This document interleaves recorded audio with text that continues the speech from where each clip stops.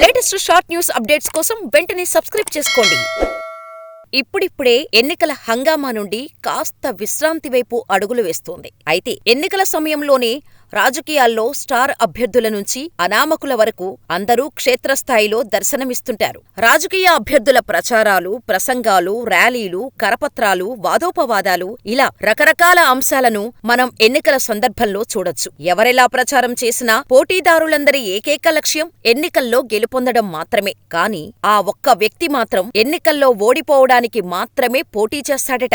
గెలవటం ఆయన డిక్షనరీలోనే ఉండదు. అయితే సాధారణంగా ఎందులోనైనా ఎవరైనా ఒక్కసారి ఓడిపోతే ఆ ఓటమిని అంగీకరించకుండా మళ్లీ ప్రయత్నించే మనిషిని విక్రమార్కుడితోనో గజ్నీ మహ్మదితోనో పోలుస్తుంటా. అయితే తమిళనాడు రాష్ట్రానికి చెందిన పద్మరాజన్ అనే ఈ వ్యక్తి సేమ్ టు సేమ్ పట్టువీడని విక్రమార్కుడిలాగే అసలు విక్రమార్కుడిని కూడా మించిపోయాడట. అయితే పద్మరాజన్ ఏకైక లక్ష్యం ఎన్నికల్లో ఎప్పుడూ ఓడిపోవడమే. ఓటమి కోసమే ఆయన ఎన్నికల బరిలోకి దిగుతారు. ఇప్పటికీ 12 రాష్ట్రాల్లోని వివిధ నియోజకవర్గాల్లో పద్మరాజన్ పోటీ చేశారు. పంచాయతీ, అసెంబ్లీ, పార్లమెంటు ఎన్నికలతో పాటు రాష్ట్రపతి ఎన్నికల్లోనూ పోటీపడ్డ ఆయన ఇప్పటివరకు ఏ ఎన్నికల్లోనూ ఒక్కసారి కూడా గెలవలేదు. అంతేకాదు మరిన్ని ఎన్నికల్లో ఓడిపోవడమే తన లక్ష్యమని పద్మరాజన్ నవ్వుతూ చెబుతారు. అసలు ఎవరి పద్మరాజన్? ఈయన స్టోరీ ఏంటి? ఎందుకు ఓడిపోవడమే లక్ష్యంగా పెట్టుకుని పోటీ చేస్తున్నారు? ఇప్పుడెక్కడున్నారు?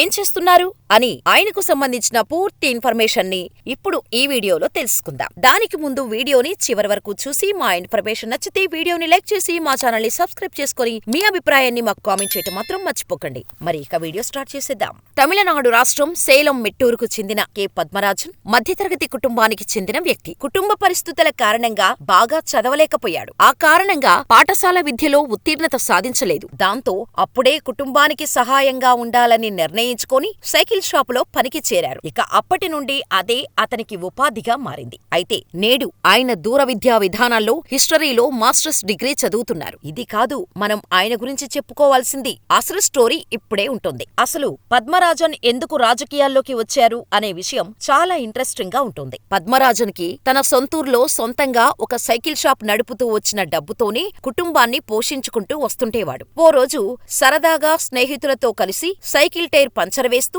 ఎలక్షన్లో నిలబడాలి అని మాట వరుసకు ఏదో అనేశాడు పద్మరాజన్. దాంతో అతని స్నేహితులు, ఏరా సైకిల్ టైర్లు పంచర్లు వేసుకునేవాడివి, నీకెవర్రా ఓటు వేసేది అని ఎగతాళి చేశారు. కాని పద్మరాజన్ మాత్రం దాన్ని సీరియస్ గా తీసుకున్నాడు. ఏదో సరదాగా మొదలైన డిస్కషన్ పద్మరాజన్ ని ఎవరూ ఊహించలేని నిర్ణయం తీసుకునేలా చేసింది. ఎలాగైనా ఎలక్షన్స్ లో నిలబడాలి అని. అలా సైకిల్ షాపు నిర్వహించే పద్మరాజన్ తమిళనాడులోని 1988 అసెంబ్లీ ఎన్నికల సమయంలో మెట్టూరు నియోజకవర్గంలో తన మొదటి నామినేషన్ దాఖలు చేశాడు. అయితే పద్మరాజన్కి ముందే తెలుసు ఎలాగూ ఎలక్షన్స్ లో ఓడిపోతాను అని. కాని పద్మరాజన్ ఆ రోజు ఎలక్షన్స్ లో నిలబడటానికి కారణం గెలిచి ప్రజలకు ఏదో చేద్దామని కాదు. ఎలాగూ ఓడిపోతా, కాని ఓడిపోతూ కూడా రికార్డు క్రియేట్ చేస్తా అని అప్పటి వరకు ప్రపంచంలో ఎవ్వరూ తీసుకోలేని నిర్ణయం పద్మరాజన్ తీసుకున్నాడు. ఇక అప్పటి నుండి ఇప్పటి వరకు ఎన్నిసార్లు ఓడినా లెక్క చెయ్యకుండా ఎన్నికల్లో పోటీ చేస్తూనే వస్తున్నారు. రాష్ట్రపతి ఎన్నికల నుంచి పంచాయతీ ఎన్నికల వరకు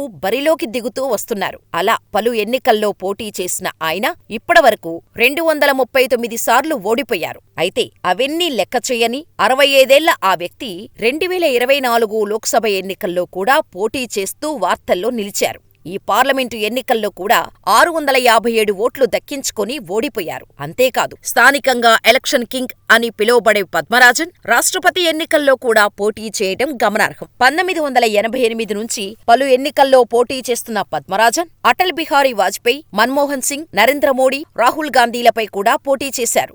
ఎన్నికల్లో విజయం ప్రాధాన్యం కాదని, ప్రత్యర్థి ఎవరు అనేది తాను అస్సలు పట్టించుకోనని చెబుతారు. ఎన్నికల్లో పోటీ చేస్తూ ఎన్నిసార్లు ఓడిపోవటానికైనా సిద్ధమని చెబుతారు పద్మరాజన్. అయితే తాను ఇప్పటివరకు ఎన్నికల్లో పోటీ చేయడానికి దాదాపు అన్ని ఎలక్షన్స్ లో కలిపి ₹1 కోటి దాకా ఖర్చు చేశారట. ముఖ్యంగా సార్వత్రిక ఎన్నికల్లో పోటీ చేయాలంటే సెక్యూరిటీ డిపాజిట్ 25,000. ఎన్నికల్లో పోలయ్యే ఓట్లలో 16% ఓట్లు పడకపోతే పెట్టిన సెక్యూరిటీ డిపాజిట్ గల్లంతవుతుంది. అలా చాలా డబ్బులు కేవలం సెక్యూరిటీ డిపాజిట్లతోనే పోగొట్టుకున్నారు. కాని అన్నిసార్లు ఓడిపోయినా ఒక్కసారి మాత్రం గెలిచాను అంటారు పద్మరాజన్. కాని అది ఎన్నికల్లో కాదట, దేశంలోనే పలు ఎన్నికల్లో పోటీ చేసి ఓడిపోవటంలో లిమ్కా బుక్ ఆఫ్ రికార్డులో చోటు సంపాదించటంలో విజయం సాధించారట. అయితే తాను 2011లో కొంతలో కొంత మెరుగైన ప్రదర్శన కనపరిచినట్టు తెలిపారు. అప్పుడు మెట్టూరు అసెంబ్లీ నియోజకవర్గంలో పోటీ చేసి 6,273 ఓట్లు దక్కించుకున్నానని అన్నారు. విజేతకు 75,000 ఓట్లు వచ్చాయని తెలిపారు. ఆ ఎన్నికల్లో కనీసం ఒక్క ఓటు కూడా వస్తుందని అనుకోలేదట ఆయన. పద్మరాజన్ టైర్ రిపేర్ షాప్ నడపడంతో పాటు హోమియోపతి ఔషధాలు తయారీ, లోకల్ మీడియా ఎడిటర్గా కూడా పనిచేస్తున్నారు. అయితే ఎన్ని ఉద్యోగాలు, పనులు చేసినా ఎన్నికల బరిలో దిగటమే తనకు చాలా ముఖ్యమట. అయితే చాలా మంది ఎన్నికల్లో పోటీ చేయటానికి వెనకడుగు వేస్తారని, అలాంటి వారికి ప్రేరణ ఇస్తూ అవగాహన కల్పించటమే తన విధి అని చెప్పుకొచ్చారు. తన చివరి శ్వాస వరకు ఎన్నికల్లో పోటీ చేస్తూనే ఉంటానని తెలిపారు. మీ ఇంట్లో ఎవరూ మిమ్మల్ని మందలించలేదా అని అడిగితే అందరిళ్లల్లాగానే మొదట్లో అభ్యంతరం తెలిపిన కుటుంబ సభ్యులు తర్వాత తనను అర్థం చేసుకున్నారని చెప్పారాయన. ఎంబీఏ చదివిన పద్మరాజన్ కుమారుడు శ్రీజేష్ తన తండ్రి గురించి ఏం చెప్పారో కూడా ఒకసారి చూద్దాం. తన తండ్రి గురించి శ్రీజేష్ మాట్లాడుతూ, నేను చదువుకునే రోజుల్లో మా నాన్నపై నాకు చాలా కోపం ఉండేది. కాని పెద్దయ్యాక మా నాన్న ఉద్దేశమేంటో నాకు అర్థమైంది.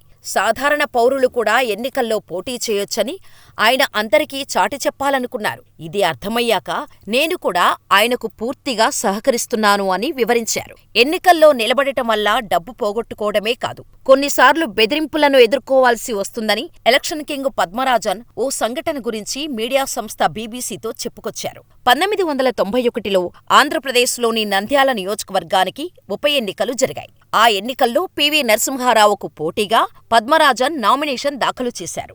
అప్పుడు కొంతమంది గుర్తు తెలియని దుండగులు తనను కిడ్నాప్ చేసినట్టు ఆయన చెప్పారు. ఎలాగోలా వారి నుంచి తప్పించుకున్నప్పటికీ ఎన్నికల్లో పోటీ చేయడాన్ని మాత్రం ఆయన మానుకోలేదు. ఆ ఘటన తర్వాత ఆయన 230కు పైగా ఎన్నికల్లో పోటీ చేశారు. కాని ఎప్పుడైనా పొరపాటున తాను పోటీ చేసిన ఎన్నికల్లో విజయం సాధిస్తే ఏంటి పరిస్థితి అని అడిగితే సింపుల్గా షాకవుతానని అంటున్నారు పద్మరాజన్. అత్యధిక ఎన్నికల్లో పోటీ చేసిన వ్యక్తిగా గిన్నీస్ వరల్డ్ రికార్డు నెలకొల్పడమే తన లక్ష్యమని చెబుతున్నారు పద్మరాజన్. కానీ పద్మరాజన్ దగ్గర్నుండి మనమంతా ఒక్క విషయం మాత్రం నేర్చుకోవాలి. ఒక్కసారి సంకల్పించుకుంటే ఎన్ని అడ్డంకులు, అవరోధాలు ఎదురైనా మన దృష్టి అంతా మన సంకల్పంపైనే ఉండాలి అని చెప్పకనే చెబుతుంది పద్మరాజన్ స్టోరీ. జీవితంలో ఒక్కసారైనా పద్మరాజన్ గెలుస్తాడా లేదా? మీరేమనుకుంటున్నారో మాకు కామెంట్ చేయండి. అలాగే ఈ వీడియో ఎలా అనిపించిందో కూడా మాకు కామెంట్ చేసి, ఇన్ఫర్మేషన్ నచ్చితే వీడియోని లైక్ చేసి మా ఛానల్ని సబ్స్క్రైబ్ చేసుకుని పక్కనే ఉన్న బెల్ ఐకాన్ కొట్టేయండి.